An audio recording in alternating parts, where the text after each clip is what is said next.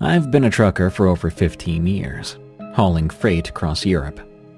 From the bustling ports of Rotterdam to the icy roads of Scandinavia, I've seen just about everything there is to see on the road. But nothing could have prepared me for what I encountered last winter on a remote stretch of highway in Eastern Europe. I still get chills thinking about it.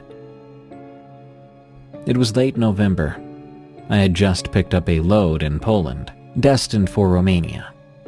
The route took me through some of the most isolated and rugged terrain I'd ever driven. Thick forests flanked the highway, and the winter weather made the drive even more treacherous. Snow was falling steadily, covering the road in a slick, icy layer that made every turn a potential disaster. I had to be extra cautious, which meant keeping my speed low and my eyes peeled. The sun set early. By 5 p.m., it was already pitch dark. The headlights of my truck were the only source of light, casting long shadows across the snow-covered road. I kept the radio on to drown out the eerie silence, but the old-timey songs only added to the unsettling atmosphere. I'd been driving for hours, and I was starting to feel the strain. My eyes were tired, my back was hurting, and I was really craving a hot meal and a nice cozy bed. The next truck stop was still a good 2 hours away, but I knew I had to push through. Stopping on the side of the road in these conditions was not an option. As I rounded a particularly sharp bend, something darted across the road in front of me. I slammed on the brakes, the truck skidding slightly on the icy surface. My heart pounded in my chest as I tried to make sense of what I saw. It was too fast to be a deer, too large to be a fox. Whatever it was, it had moved with an unnatural speed. I sat there for a moment, my breath fogging up the windshield. The snow continued to fall and the night was eerily silent once more. I shook my head, chalking it up to exhaustion, and I continued down the road, albeit a bit more cautiously. About an hour later, I saw the lights of a small village up ahead. Relieved, I decided to pull over to take a short break. Maybe I could grab a coffee and clear my head. I found a spot on the outskirts of the village, parked my truck, and stepped out into the freezing night air. The village was quiet, but considering the weather outside, I don't blame everyone for staying inside. I walked over to the small cafe that was still open, felt like a moth being drawn to those warm lights. As I entered, the bell above the door jingled and the woman behind the counter looked up, offering a polite smile. "Coffee, please," I said, my voice sounding tired even to my own ears. She nodded and went to work, the sound of the coffee machine filling the silence. I glanced around the cafe. It was empty, save for an old man sitting in the corner, nursing a cup of tea. He looked up at me, eyes narrowing as if he was trying to place me. "You're not from around here," he said, voice gruff but not unfriendly. "Just passing through," I replied, taking a seat at the counter. The woman brought my coffee and I took a grateful sip, the warmth spreading through my body. "Be careful on these roads," the old man continued, "especially at night." I nodded, not wanting to engage in a lengthy conversation. I was much too tired for small talk. He glanced around as if making sure no one else was listening. "There are legends around here, by the way. Stories of things that live in the forest. Most people dismiss them as myths, but I've seen things with my own eyes." A shiver ran down my spine, reminded me of what I thought I saw on the road. "Like what?" I asked. He leaned in closer.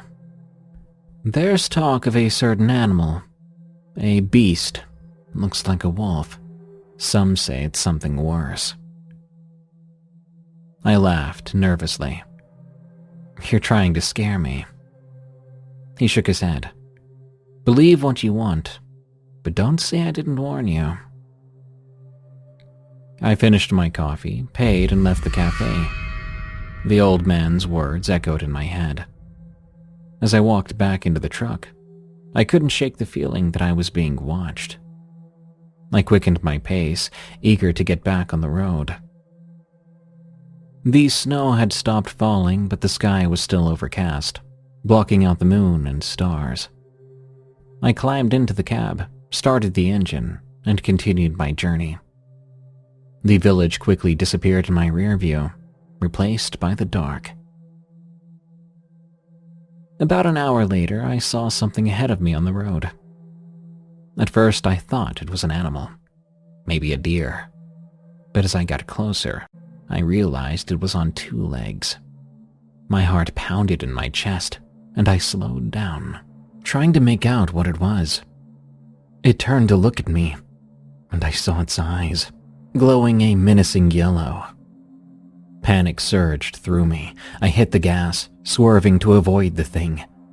It moved with astonishing speed, darting into the trees. I kept driving, my hands gripping the wheels so tightly, my knuckles turned white. I didn't stop until I reached the truck stop, my nerves on edge the entire way. I parked the truck and sat there for a moment, trying to calm down. My mind was reeling. I was replaying in my head everything that I'd seen. It couldn't have been real, I told myself. You're just tired. Your imagination's running wild. But deep down, I knew it was real. The old man's warning echoed in my head, and I could not shake the feeling that I had encountered something that just wasn't right. At some point, I stopped in a small village, finding myself at yet another cafe. The place was a bit more bustling than the prior. Other travelers eating and chatting. I found an empty table and ordered some food, trying to distract myself from the unsettling experience. As I ate, I overheard a conversation between 2 men at the table next to mine. They were discussing strange sightings on the road, stories of weird animals, and unexplained disappearances. My ears perked up. I listened closely.